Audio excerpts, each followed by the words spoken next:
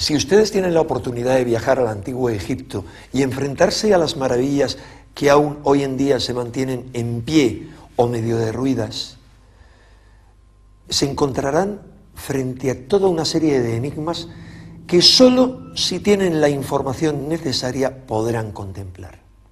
Son enigmas de los que no les van a hablar los guías, de los que tampoco encontrarán información en las guías turísticas, de los que no les hablarán los arqueólogos y no encontrarán referencia en los libros de egiptología, pero que sin embargo están ahí. Están ahí visibles, perceptibles para cualquiera que tenga los conocimientos técnicos para saber que en muchas de sus realizaciones los antiguos egipcios debieron necesariamente utilizar una tecnología que está prácticamente a la altura de la tecnología moderna del siglo XXI o el siglo XX. Así lo han comprobado multitud de técnicos, desde Joseph Davidovich, experto en piedras, geólogo y director del Instituto Geopolimérico de París, o como Sir Benjamin Baker, ingeniero petógrafo, que se han enfrentado a enigmas increíbles, como por ejemplo, ¿qué técnica utilizaron para moldear las piedras? Porque parece que las moldearon, como descubrió el famoso experto Davidovich. ¿O qué tecnología utilizaron para taladrar con una precisión increíble piedras de diorita que hoy en día solo pueden ser taladradas con taladros modernos con punta de diamante, cuando esa tecnología, según los egiptólogos, era absolutamente desconocida a los egipcios de aquella época? ¿Y por qué algunas de las realizaciones tecnológicas más asombrosas del antiguo Egipto, por ejemplo, la construcción de la Gran Pirámide, se da en las primeras dinastías, sin prácticamente intentos previos y con una degeneración inmediatamente posterior, pero muy rápida? Tal vez porque ni el hecho de quiénes la construyeron, cuándo la construyeron, cómo la construyeron y otras muchas más cuestiones coincidan con la versión que nos dan los egiptólogos. Para comprobar que ellos así, será suficiente con que nos acompañen en este viaje de la mano de Manuel José Delgado, que durante muchos años y a lo largo de muchos viajes ha estudiado algunos de los muchos enigmas que nos plantea la civilización egipcia.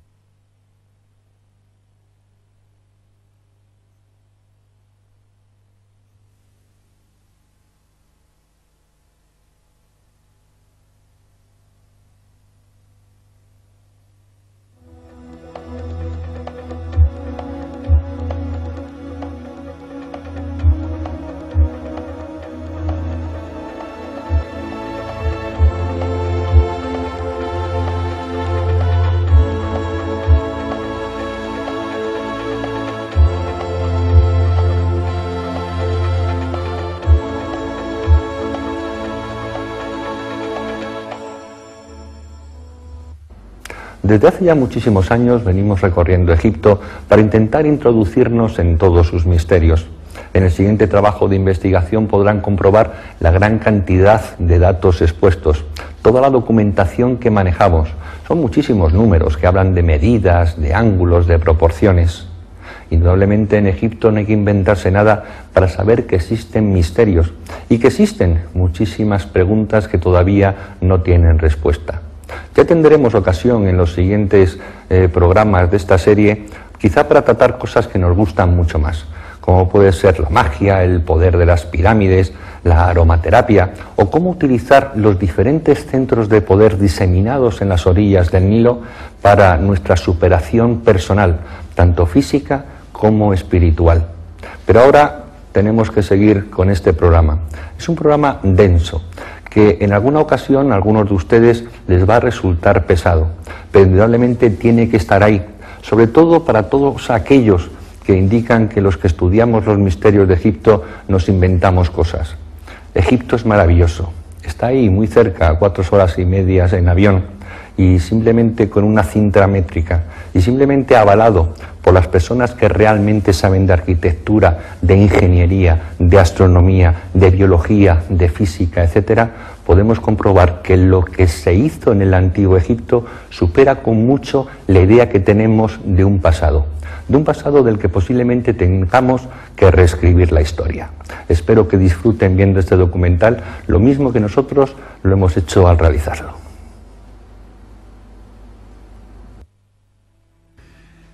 Cuando Champollion descifra la piedra Rosetta elaborando su primer diccionario de jeroglífico, abre a millares de investigadores las puertas de un mundo tan fascinante como desconocido, creando un instrumento que permitía descifrar aquello que los antiguos egipcios dejaron escrito en sus tumbas y papiros, mostrando unos conocimientos científicos que resultan asombrosos para su altísimo nivel y cuyos orígenes parecen perderse en la noche de los tiempos, abriendo la incógnita de cómo una civilización puede saltar del neolítico a esos niveles de genialidad y después ir perdiendo paulatinamente su esplendor y sus saberes.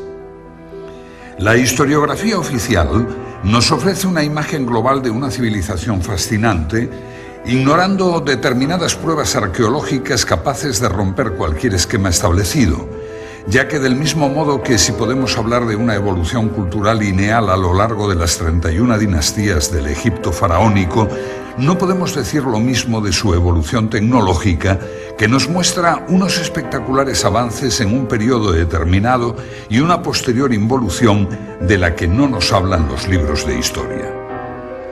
La meseta de Giza es el mayor testimonio de estos problemas arqueológicos, y en especial la Gran Pirámide. No existe ninguna inscripción que explique sus misterios, ninguna pista válida que confirme su datación en el tiempo. Simplemente 3 millones de bloques de piedra, 7 millones de toneladas erigidos como homenaje a la mística, a la ciencia o a la locura. Los viajeros de la antigüedad ya manifestaron su asombro ante la ausencia total de una tecnología que justificase la construcción de las pirámides. La arqueología ha tratado de dar respuesta a los cómo y los porqués de tan magna construcción, careciendo de la base suficiente en campos tan importantes como la física, las matemáticas o la geometría. Desde que en el siglo XIX se descubrieran las relaciones de la Gran Pirámide con los números pi y phi, se inició una frenética carrera hacia la interpretación de sus medidas, dando como resultado las más insólitas interpretaciones.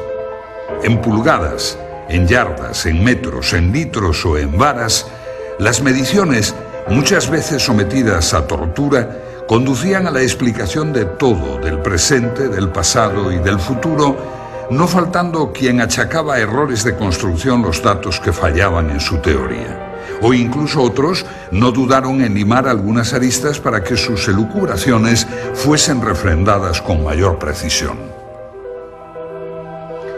Fue a finales del siglo pasado cuando llegó a Egipto Sir William Matthews Flinders, Petrie, con un sofisticado equipo de medición que incluía teodolitos de alta precisión, niveles ópticos, calibres micrométricos con vernier, goniómetros adaptados a ángulos, catetómetros, anteojos de autocolimación, cintas de Invar, termómetros de Beckman, etc. Sus mediciones, las más exactas realizadas hasta ahora, corroboradas años más tarde por los profesores Pocar, Cole y Pochan, han conseguido que puedan elaborarse unas conclusiones ceñidas al más puro rigor académico y que van a abrirnos un nuevo horizonte de investigación para hallar las soluciones a los problemas planteados por aquellos arquitectos. Lo que hace a una disciplina más o menos científica es la medida en que se establezca una preeminencia de los hechos sobre las teorías. Un mismo hecho puede en arqueología tener una fundamental gravitación o ser un detalle omisible de acuerdo a la teoría que barajemos en ese momento. La dificultad se traduce pues en el problema de la evidencia, que en arqueología no tiene el valor que puede lograr en las ciencias exactas o experimentales. Para Petrie, sin embargo, la prueba arqueológica tiene el mismo grado de certeza que la prueba judicial. La historiografía ha considerado que la ausencia de referencias explícitas a una tecnología y una ciencia superior es una evidencia de que no existieron. Hay que tener en cuenta que la primera rueda aparece en la 12ª dinastía.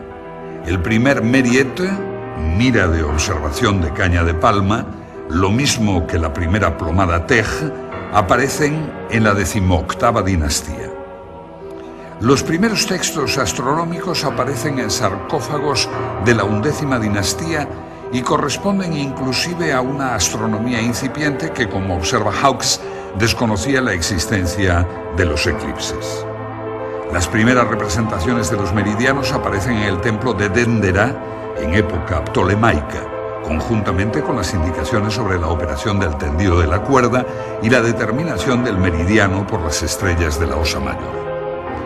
El papiro Rind, de la dinastía XIII, tiene un nivel científico correspondiente a un segundo curso de escuela elemental. El vidrio aparece en la dinastía XIV y los primeros cuchillos de hierro en la 26ª. Solamente en la época ptolemaica, 200 a.C., aparecen en Egipto conocimientos matemáticos y astronómicos de un cierto nivel. Estas pruebas arqueológicas son evidencias indiscutibles de que la civilización faraónica caminó con lentitud y sin brillantez por el camino de la tecnología hasta llegar a importar los avances de los griegos, que tampoco destacaron en estos campos. En oposición a todo esto encontramos un material tecnológico que nos indica todo lo contrario, lo que nos obliga a tener que inducir la naturaleza de las herramientas partiendo del producto, tomando como referencia una serie de pequeñas muestras evidentes repartidas por todo Egipto. Es un misterio inexplicable el repentino grado de perfeccionamiento adquirido por el arte de la construcción en la tercera dinastía y la incapacidad notoria de los constructores de la sala hipóstila de Karnak, derrumbada en 1899, que 1500 años después desconocían que los edificios requieren cimientos. Mientras que el análisis arqueológico muestra una línea de evolución cultural desde la primera dinastía hasta la época ptolemaica, el análisis tecnológico señala una línea de ascenso desde la primera dinastía hasta la cuarta para mostrar luego un proceso de involución a lo largo de varios milenios. En los relieves de El Berche, 12ª dinastía, se ve una estatua de Yehuti-Topep de un peso de 60 toneladas colocada sobre un trineo y arrastrada por 172 hombres. Aparece también un hombre derramando un líquido sobre los patines del trineo para reducir la fricción y eliminar así el calor. Los textos que acompañan la imagen hablan de la heroicidad de esta titánica tarea en la que los hombres se mostraron con fuerza de gigantes. Es por ello por lo que resulta increíble cómo no ha quedado ningún recuerdo del transporte de los numerosos obeliscos de 1000 y 1200 toneladas que los egipcios distribuyeron por todo el territorio. Este es el templo de Luxor. Fue erigido originalmente por Amenhotep III en honor a Amón, y luego Ramsés II añadió estas impresionantes figuras y dos tremendos obeliscos. Solo queda uno. El otro, su hermano gemelo, fue llevado a Francia y puede hoy contemplarse en la Plaza de la Concordia de París. Requieren cada uno para su arrastre una fuerza de 93.000 kilos que nunca pudo ser suministrada por menos de 25.000 hombres. Para subirlo por una rampa se haría necesario un esfuerzo adicional que para un 30% de pendiente exigiría el esfuerzo suplementario de otros 50.000 hombres. Resulta curioso que el transporte de estos colosales monolitos no llamase la atención de los escribas. En el templo mortuorio de Micerinos hay bloques de 200 toneladas. En el techo de la cámara del rey de la Gran Pirámide los hay de 50 toneladas y aunque el término medio de los bloques del monumento no pase de las 2,5 toneladas, cuando se piensa que hay unos 3 millones de tales bloques, se vuelve a plantear con seriedad la cuestión de las técnicas y medios empleados. Se nota la contradicción entre lo que hemos dado en llamar la prueba tecnológica y la prueba arqueológica. Se desconoce la existencia de máquinas. La aseveración de Heródoto de que se utilizaron máquinas para levantar las piedras es generalmente impugnada por los arqueólogos, que priman la fuerza bruta de miles de esclavos ante todo saber tecnológico. Estamos en el interior de la pirámide de Kefren. Desde su entrada comienza un pasillo descendente que justo en este lugar se vuelve horizontal para posteriormente subir hasta la cámara del sarcófago. Y es en este sitio donde los arquitectos de la pirámide decidieron colocar una esclusa para obstruir el pasaje. Es esta roca. Las teorías que esgrimen algunos investigadores para demostrar que por medio de rampas los antiguos egipcios lograban elevar grandes bloques a enormes alturas quedan en entredicho cuando nos encontramos con problemas como este. Es una roca de granito de casi 3 toneladas de peso. La estudió Petri. Si los bloques eran elevados por rampas a base de fuerza muscular, ¿cómo pudo ser elevado este bloque a esta oquedad para que posteriormente bajara y ejecutara la función que le comentaron sus constructores? Que sirviera de cierre, de tapón. En este pequeño espacio no caben más de 6 personas. Es por ello por lo que Petri dedujo que los antiguos egipcios debieron poseer máquinas, y máquinas muy eficientes. Si aceptamos la existencia de máquinas en el Antiguo Egipto, nos queda el problema de determinar su naturaleza. En este sentido han sido numerosas las tentativas de explicación. La idea clásica de que las piedras fuesen elevadas por rampas es desechada por el docto ingeniero Krum, pues por sí solas las rampas serían un trabajo equivalente al de la propia pirámide. El concepto de los rodillos tampoco sirve, ya que la madera era escasa y no servirían en terreno arenoso. Las pirámides se realizaron en la Edad del Cobre, pero podemos decir que resulta imposible que en ese momento no conociesen el hierro, ya que es explicable que los egipcios pudieran trabajar el cuarzo, el granito, el pórfido o la diorita si no poseyeron herramientas de este metal. Esta piedra es de diorita. Puede comprarse por €1 en cualquier tienda de minerales en España. Les sugiero que adquieran una y efectúen una simple operación. Coloquen en su taladradora una broca de diamante sintético, Widia, que tiene dureza 11, e intenten perforarla. Tras varios minutos de intentos frustrados, se preguntarán cómo consiguieron tallar y perforar la estatua de Kefren, realizada de una pieza en diorita verde, con herramientas de cobre, que fueron las supuestamente empleadas en los tiempos de las pirámides. Resulta una incógnita cómo los egipcios pudieron trabajar el granito en las canteras sin el hierro. En las canteras de Asuán se aprecian muchas series de agujeros y ranuras rectangulares, profundas y estrechas, las cuales, como dice Clark, no se puede afirmar que se hicieran con herramientas de hierro, pero sí se puede afirmar que no pudieron hacerse con cobre. Efectivamente, los cortes de la roca en la cantera se producían tras introducir en los orificios piezas de madera que luego se humedecían. La fuerza oncótica producida por la expansión de la madera hacía resquebrajarse el granito. Pero nos queda el saber cómo realizaban tales orificios. Se conocen además 4 muestras de hierro del Antiguo Egipto que fueron analizadas por Petri. Una de ellas fue descubierta por Perring, el ayudante de Howard Bisse, cuando se limpió el canal sur de ventilación de la Cámara del Rey. Los restos calcáreos adheridos a la lámina hicieron imposible la idea del fraude. Su análisis demostró que tampoco provenía de meteoritos férricos. La conclusión obvia es que los antiguos egipcios utilizaron el hierro y que, al igual que otros muchos dispositivos tecnológicos, su empleo parece haber sido mantenido en secreto, dando con ello origen a un serio problema para los arqueólogos que confunden la ausencia de pruebas con la inexistencia de tecnología.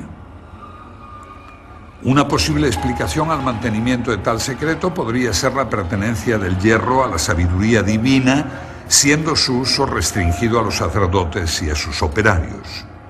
Esa creencia ha pervivido hasta nosotros que denominamos a la industria del hierro como siderometalúrgica, es decir, de origen sideral y posiblemente relacionada con los moradores del cielo. Otro aspecto digno de ser estudiado en la búsqueda de respuestas sobre la tecnología es la forma en que los constructores adosaban los bloques unos a otros sin dejar ninguna separación entre ellos. En cualquiera de nuestros cuartos de baño, la junta entre las losetas del alicatado nunca baja de 1 milímetro. Y si estas plaquetas son de tan solo 20 centímetros, podremos comprender el problema que representa unir monolitos de decenas de toneladas. Ni siquiera una hoja de afeitar penetra en las juntas que pueden ser rectas o curvas, aunque nunca sin perder el íntimo contacto. Las únicas herramientas que poseemos de los artesanos egipcios son algunos cinceles de cobre, de los que se conocen varias colecciones. En general, las perforadoras prehistóricas trabajaban con polvo de esmeril, pero en piezas del Imperio Antiguo, como vasos y platos de granito o de diorita, se encuentran huellas de una punta cuya naturaleza se desconoce, pero que no pudo ser otra que el diamante. Y aquí nos encontramos con otro problema arqueológico, pues el diamante es considerado inexistente en aquella época. El torno de alfarero todavía no había aparecido en la época en que las vasijas de diorita torneada eran ya perfectas. En dinastías posteriores ya no se volvió a trabajar la diorita. Ni siquiera los escultores de la época saíta se atrevieron con este material. No debe extrañarnos que los egipcios de las primeras dinastías poseyeran instrumentos superiores a los de las siguientes, pues esto es lo que revela constantemente el análisis tecnológico. La tecnología muestra más signos de retroceso que progresos en el tiempo.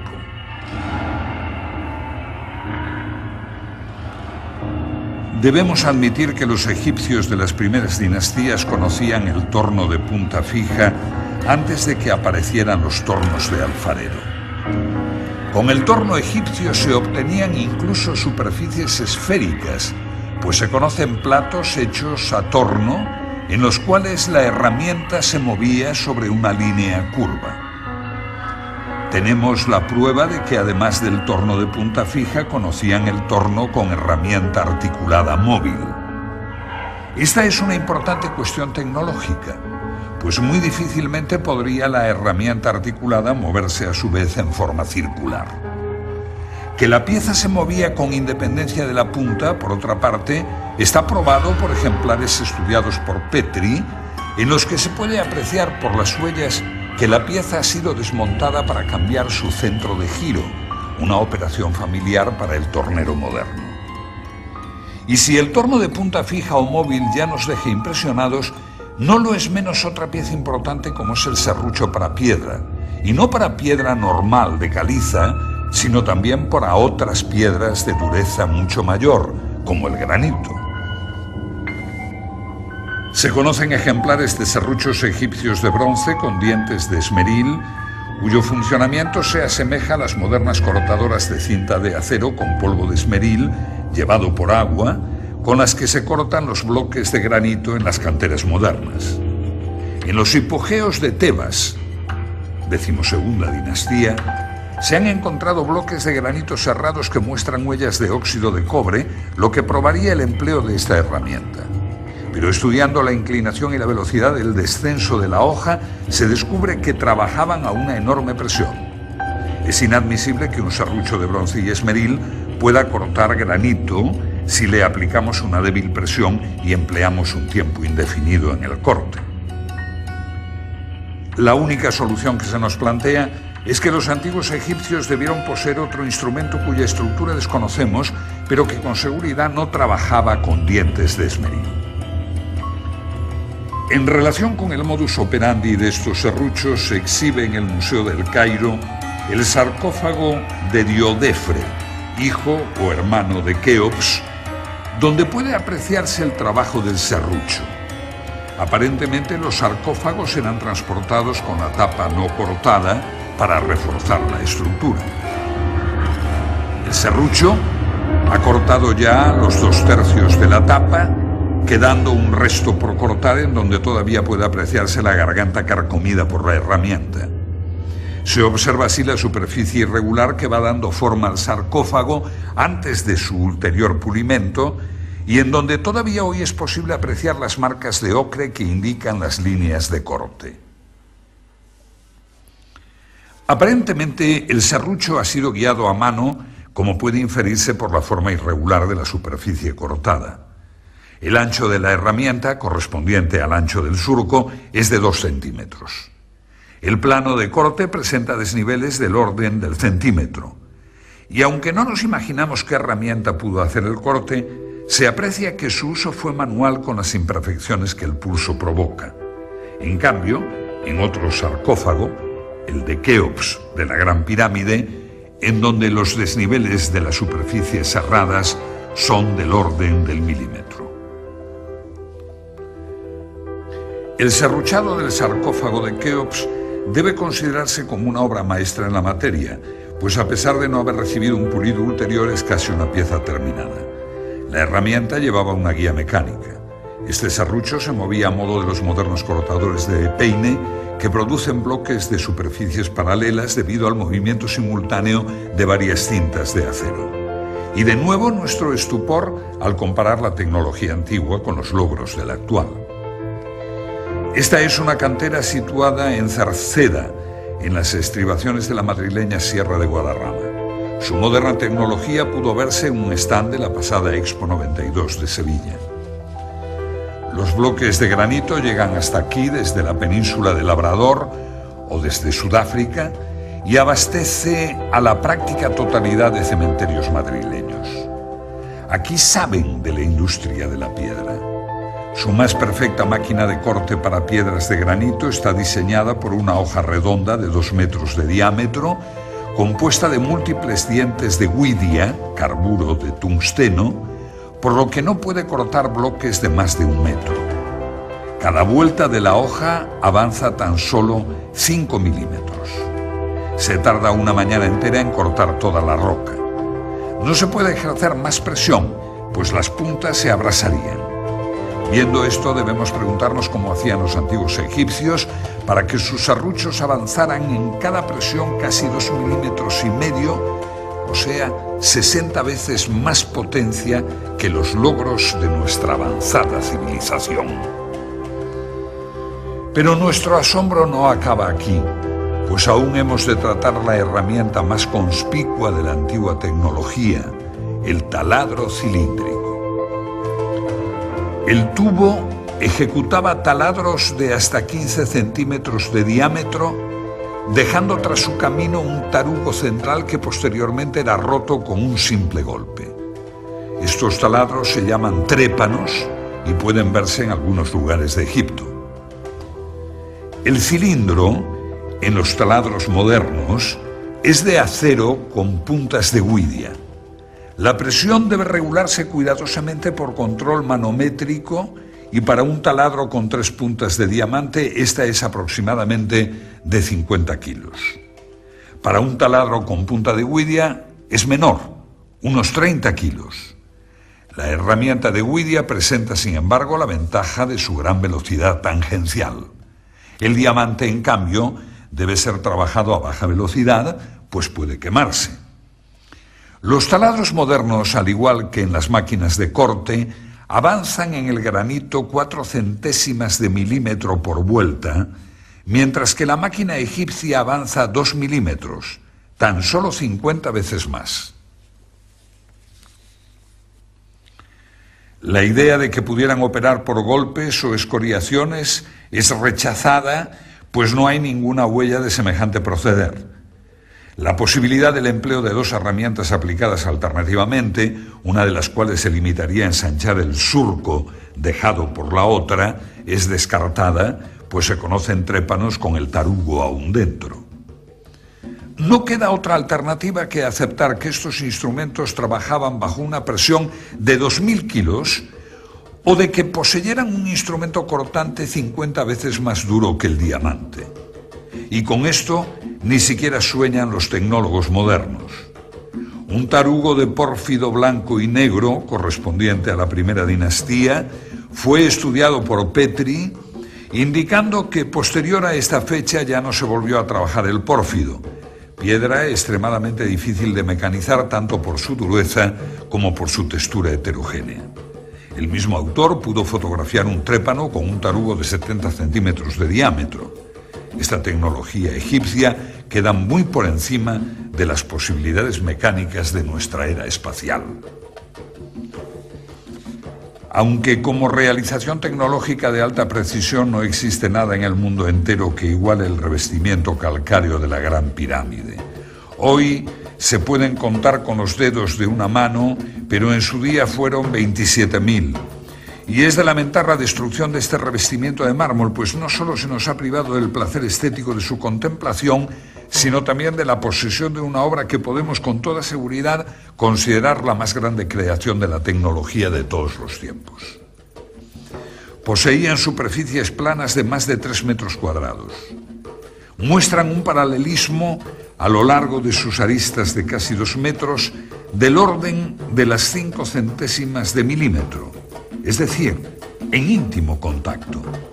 La apertura media de la junta es del orden de 5 décimas de milímetro. Además, para mayor asombro, utilizaron en las juntas yeso de rápido fraguado. La tarea parece imposible. Petri constató que no existían en el pavimento huellas de arrastre de los bloques, ni tampoco existen en ellos puntos de engarce para grúas o cuerdas. Además, para mayor asombro, colocaron en las juntas yeso de rápido fraguado que obligaba a colocar el bloque al primer intento sin posibilidad de posteriores movimientos. Y esta es tan solo la primera fila de las más de 200 que tiene la pirámide hasta la cumbre. La única posibilidad de solución nos la ofreció la moderna tecnología en las canteras actuales, la succión. Mediante una campana de vacío actuando sobre una superficie pulida, se levantan hoy piedras de hasta 2 toneladas de peso. Pero, ¿cómo hacían los antiguos egipcios con bloques de más de 16 toneladas? Los 90 grados exactos que forman los diedros de los bloques debieron recibir su último tratamiento en el taller donde se producían. La construcción con bloques prefabricados de una línea recta de 230 metros presupone un control de la angularidad del orden del segundo de error. Pues bien, en la actualidad, para las mejores escuadras normalizadas por la industria moderna, norma DIN 875 admite errores de más o menos 3 centésimas de milímetro, cantidad algo superior que los errores de angulación y paralelismo de la obra egipcia. Teniendo en cuenta que los mejores instrumentos no ópticos miden con errores de más de 300 segundos, se demuestra como un teorema que los egipcios debieron poseer instrumentos ópticos y además de alta precisión, ya que el anteojo de autocolimación corriente, por ejemplo, da errores del orden de los 5 segundos. La construcción de uno de los bloques de revestimiento de 20 metros cuadrados de superficie es una tarea equivalente al pulido del espejo del telescopio de Monte Palomar. Para comprender la magnitud de la obra egipcia bastará observar que aquellos fabricaron 27.000 de estos bloques. Lograron, hace 7.000 años, la producción en masa de instrumentos ópticos que la industria moderna solo produce en escala artesanal. Ninguna otra época histórica realizó tareas de esta naturaleza, por lo que debemos considerar con seriedad lo que ello implica en el dominio de la mecánica, la óptica y la geometría. Con estos planteamientos ya debemos ir desterrando el concepto de casualidad en los restos de la cultura egipcia. La orientación de las pirámides es una de esas casualidades y es lógico que ciertos arqueólogos piensen así, pues de lo contrario habría que suponer un instrumental y unos conocimientos superiores a la tecnología actual, y eso es difícil de aceptar, aunque no nos quede más remedio.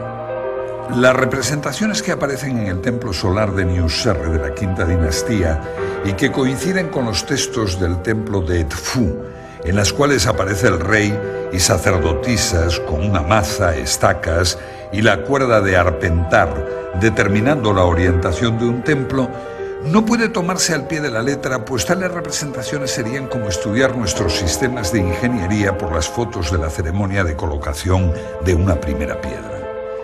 En inscripciones y manuscritos no se desprende el menor atisbo de conocimiento geodésico. La conclusión del análisis arqueológico está pues basada en hechos, y por ello algunos egiptólogos consideran que la exacta orientación geodésica de las pirámides tiene que ser producto del azar. Como casi siempre ocurre en la Gran Pirámide, el análisis tecnológico lleva a la conclusión opuesta. Su error de orientación es de 5 minutos 31 segundos. Para hacernos una idea, coloquemos una moneda de 2 euros a 1 kilómetro de distancia. Su diámetro sería el error que tiene la Gran Pirámide con respecto al norte verdadero. La agrimensura moderna, conducida por teodolitos, cronómetros y tablas astronómicas, admite para el cierre de polígonos un error del 0,3%, que corresponde a un error de 10 segundos traducido en error angular. Ningún procedimiento propuesto ha logrado explicar cómo consiguieron los egipcios tal exactitud. Es imposible, pues, sin un objetivo y un ocular solidarios, intentar ningún género de determinaciones de este tipo. La Gran Pirámide está por encima de la tecnología moderna en cuanto a orientación, pues sus 5 minutos 31 segundos supera con mucho las modernas normas de precisión. Y aún cabe una segunda pregunta. La pirámide de Kefren tiene el mismo error de orientación, es decir, 5 minutos 31 segundos. Las dos grandes pirámides de Egipto tienen el mismo error, y ahora cabe preguntarse si dicho error fue motivo de cambios de orientación total de la meseta de Giza por motivo de los terremotos, o bien si estos 5 minutos 31 segundos no fueran tal error y siguieran la concepción original de los constructores. De todas formas, tan difícil es orientar las pirámides exactamente a los 4 puntos cardinales como orientar ambas con la misma desviación, por lo que debemos considerar la posibilidad de que los antiguos egipcios tuvieran el equipamiento necesario para edificar una base de 53.000 metros cuadrados con una orientación de 0 grados, 0 minutos, 0 segundos. Si juzgamos los conocimientos matemáticos de los egipcios por los pocos textos que han llegado hasta nosotros, su matemática fue bastante primitiva. Neugebauer puntualiza que lo máximo obtenido por la matemática egipcia de todos los tiempos fue el conocimiento de la tabla de multiplicar por 2. Pero si no poseemos testimonios para juzgar el máximo nivel alcanzado por la matemática abstracta egipcia, en cambio, sus obras en piedra nos permiten apreciar su capacidad de mensuración. La longitud de la pared norte de la Cámara del Rey es, según Petri, de 10 metros 47,97 y la del costado sur de 10 47,82. El error de medida es del orden de 1/10 de milímetro por metro, que coincide con las normas modernas para prismas ópticos. Si este error de medida se produce en esta cámara, vamos a ver qué ocurre con una superficie mayor, con la base de toda la pirámide. Este esquema representa la base de la Gran Pirámide, el valor de sus ángulos y las longitudes de los lados. Las medidas aquí consignadas corresponden a las de Borjar y Cole. Descartando el azar en todo este asunto, se nos plantea un serio problema tecnológico. En los 53.000 metros cuadrados de la base de la pirámide cabe la superficie de 8 campos de fútbol y sus diferencias se cuentan en milímetros y en segundos. Las pocas representaciones que han quedado en relieves egipcios nos muestran nuevamente métodos arcaicos y poco efectivos de precisión. Cuerdas de palma observación visual. El único metal de que disponían era el cobre, pero en tal distancia de 230 metros, las diferencias diurnas de más de 20 grados entre las 10 de la mañana y las 2 de la tarde representa una dilatación del cable de más de 80 centímetros. El error de medida de 3 milímetros representa un control de la temperatura de 0,2 grados, cosa impensable para cualquier topógrafo que necesita las cintas de Invar, una aleación de hierro y níquel de bajo coeficiente de dilatación térmica para conseguir casi lo mismo que los egipcios.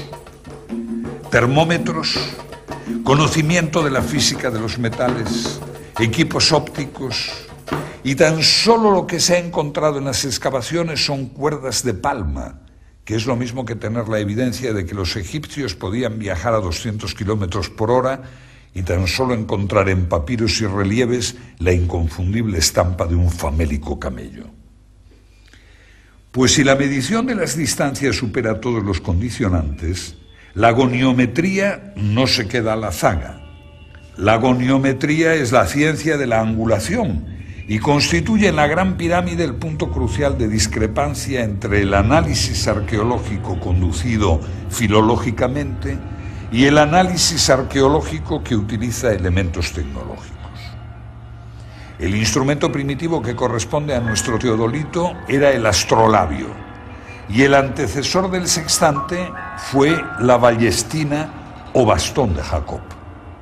Con cualquiera de estos instrumentos el error que se cometía era del orden de 30 minutos. En cuanto a otros instrumentos no ópticos, todavía se emplean para agrimensura de baja precisión ciertos dispositivos como la escuadra de pínulas, siendo las pínulas cerdas o hilos de nylon, y las escuadras de espejo. El error de estos instrumentos se puede apreciar en los 20 minutos. Cuando pasamos a estudiar la goniometría egipcia, nos encontramos con la sorpresa de que aquellos tecnólogos medían ángulos con la precisión de un segundo de arco. Esto debe considerarse como sobrenatural, pues trasciende ampliamente la capacidad del ojo humano, que es como aseguran que fue orientada la pirámide. El ángulo noroeste de la Gran Pirámide mide 89 grados 59 minutos 58 segundos, lo que, tratándose de un replanteo, es indicativo de una precisión del orden de un segundo. Los buenos teodolitos modernos miden con el mismo error observado en el monumento de un segundo. Estos errores son inevitables para la cantidad de factores incidentes, tales como errores de la lectura de los nonios, dilatación térmica de instrumentos y elementos de lectura, errores de nivelación, error de arrastre, viento, errores de apreciación sobre el retículo, refracción atmosférica, etcétera, etcétera, y parece ser que todo ello fue tenido en cuenta por los topógrafos egipcios. Se nos presenta en goniometría lo mismo que observamos en mensuración, es decir, el mismo error en estructuras pequeñas, como sarcófagos o cámaras, que en las grandes. Ello presenta una homogeneidad al sistema de medidas empleado que excluye cualquier hipótesis basada en el azar o en la casualidad. Como demostración de lo dicho, comparemos la desviación azimutal de las dos grandes pirámides. Ambas pirámides tienen su desviación hacia el oeste. Petrie da los siguientes valores para la pirámide de Keops. Núcleo, 5 minutos, 16 segundos. Pasajes, 5 minutos, 49 segundos. Revestimiento este, 5 minutos, 30 segundos. Promedio, 5 minutos, 31 segundos. Para la pirámide de Kefren, otorga los valores 5 minutos, 37 segundos para los pasajes y 5 minutos, 26 segundos para el revestimiento, obteniendo un promedio de 5 minutos, 31 segundos. Este resultado nos muestra el exacto paralelismo de dos estructuras separadas por más de medio kilómetro de distancia. En ambos casos, el instrumento necesario para efectuar medidas de esta precisión debió tener un error por debajo del segundo. Como puede apreciarse en la tabla azimutal, el cuerpo de la pirámide de Keops, sus pasajes y su revestimiento del lado este se encuentran en un exacto paralelismo que coincide asimismo con el del revestimiento, cuerpo y pasaje de la pirámide de Kefre. Por esta circunstancia, la observación de que los otros lados, norte, sur y oeste, de la base de la Gran Pirámide están orientados 3 minutos hacia el este del norte con relación a la dirección anterior, revela un hecho intencionado. El lado oeste de la base representa con exactitud milimétrica el promedio del lado norte y del sur. Otro interesante problema lo constituye la perfecta euclicidad y horizontalidad del plano de la base de la Gran Pirámide. El asunto es altamente atractivo porque la nivelación debió efectuarse prescindiendo de las direcciones diagonales, ya que en el centro los constructores dejaron sin tocar la piedra de la meseta y solamente rebajaron el perímetro. Este mismo mogote central dificulta las operaciones de cuadración del perímetro de la base, que debió ser efectuada por medios puramente ópticos. El estudio de la base revela un plano perfecto en todo el perímetro de 920 metros, de tal manera que el ángulo suroeste se revela tan solo 1,5 centímetros más alto que el noroeste. Sobre la diagonal de 325 metros, esto representa un error de 0,04 milímetros en homogeneidad con todos los errores relativos que hemos calibrado. Respecto a los dispositivos de observación de los egipcios, conocemos solamente el merjet, o vara del observador de las horas, que era una vara de palma con una comisura en V en la parte superior, empleado para medir por la altura de las estrellas las horas de la noche. Con este artilugio no pudieron avanzar mucho en sus conocimientos astronómicos. La pregunta obvia es si es posible calcular la cifra de 365,2425 días por la simple observación de un fenómeno tal como la crecida del Nilo. La meteorología no presenta un grado de regularidad que permita estadísticas de esta exactitud. Ello requeriría, en el mejor de los casos, estadísticas de muchos milenios, lo cual nos retrotrae al problema que se quiere soslayar con el argumento. Hay una cierta lógica en admitir que no puede hacerse un gran progreso en astronomía si el mismo no va acompañado de un progreso paralelo en óptica. La historia muestra que en ningún caso se dio un progreso aislado en una rama particular de la ciencia si todas las otras ramas no fueron adelantadas en medida paralela. La capacidad de medición de los egipcios no puede ser considerada como un hecho aislado en medio de un desconocimiento general de la ciencia y la tecnología. No es posible hacer medidas de precisión si no se posee al mismo tiempo un vasto conocimiento de la óptica, la matemática, la termología, etc. Todo ello sin tener en cuenta que una medida de precisión debe inspirarse en algún propósito específico. Es evidente entonces la completa disociación entre una ciencia avanzada y lo que aparece en sus pinturas y escritos. La oposición entre el análisis arqueológico y el análisis tecnológico llega al extremo de pintarnos dos mundos heterogéneos que marchan en sentido inverso, uno que aprende con lentitud y otro que olvida rápidamente. Este conjunto de circunstancias nos presentan un panorama de involución ascendente que pareciera ser uno de los principios cardinales de la arqueología. Lo que surge a la luz de repente en los periodos iniciales de Egipto pudiera no ser el producto de una generación espontánea, sino el final de una trayectoria de siglos de tradición. Admitir esto, un largo itinerario cultural desconocido para nosotros, es más ajustado a la realidad de los hechos históricos que suponer la creación de evolucionadas técnicas científicas y perfeccionados instrumentos que de repente, por arte de magia, hacen su aparición en el escenario del Nilo. La Gran Pirámide es la obra imposible. Aunque hablamos de los egipcios en tono genérico, es solo en este monumento donde la perfección se halla presente. No puede compararse con ninguna otra obra en toda la tierra de los faraones o en todo el mundo. Posiblemente todas las demás pirámides sean la burda imitación de un pueblo que se encontró con ella cuando llegó a Egipto.